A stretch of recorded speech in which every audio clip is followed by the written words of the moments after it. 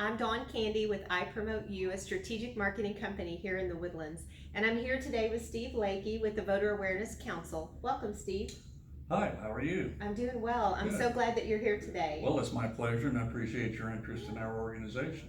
So that's what I want you to tell our viewers today, Steve. Tell us about the Voter Awareness Council. Okay, the Voter Awareness Council is a 501c3 nonprofit corporation.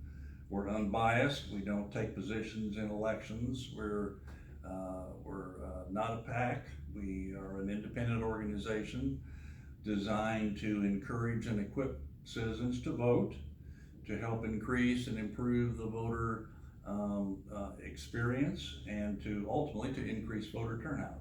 That's We're about 5 years old, Okay. and we work primarily in Montgomery County. Okay. So tell us, we talked earlier about voter apathy, why people don't vote. Can you give us a few reasons that you hear through the council why people are not going out to vote? There are several. Sometimes it takes anger. If people aren't mad, they don't vote. If things are fine, they say, well, fine, well, why should I fool with it? It's okay like this. That's one reason. Another is they're just simply disengaged for a variety of reasons. They're just not interested in politics, or their office holders or whatever. Another very real one is they're unaware of the importance of all elections. They think they just need to vote once every 4 years for the president. For the president, okay. And other elections don't really matter, which is certainly not true. I think another very real one is that people think that whatever the candidate is that they would vote for is going to win anyway. So they say, never mind, I don't need to vote because he or she's going to win, or this bond issue will pass, or it won't. Therefore, I won't even bother to vote. So there are a number of reasons, no singular one. Another one I think is when the political environment is nasty. That doesn't help. People say, I'll just stay the heck out of this. And if the voting experience is bad.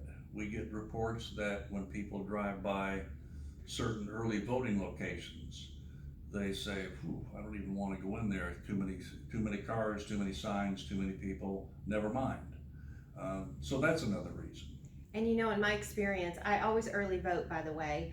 I go early. I usually go the first or second day the polls are open. There's typically no line. And if there is a small line, you're in and out truly in 5 minutes. So it's a very positive experience. So please don't use that as an excuse as to not to vote, that you don't want to deal with the lines or the traffic or that sort of thing. Just go vote early. It makes it nice and simple for you.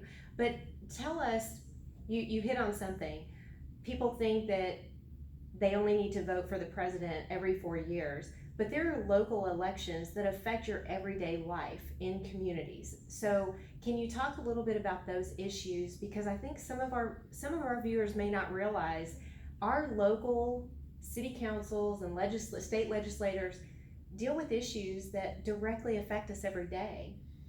Can you talk to that? Absolutely, and an old saying that you may have heard before is that all real politics is local.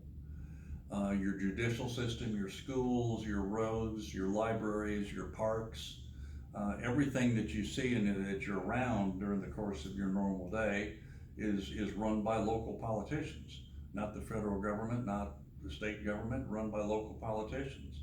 And so all of our city council races, all of our school board races, all of our bond issues, all of those things are very important. And again, as I mentioned earlier, the once every 4 year voter just ignores those. Another very real thing about some of our elections is that, particularly in Montgomery County, that is largely Republican, the real election is the primary.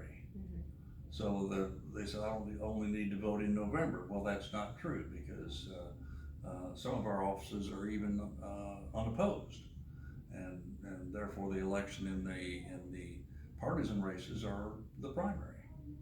So tell us, how does someone who's watching this video right now, how would they get involved with the Voter Awareness Council? Because I'm assuming your mission truly is to educate our residents, our community, about why it's important to vote and that sort of thing. We're working on Get Out the Vote campaigns all the time, Right. with your organization. So how can one of our viewers get involved to help you out?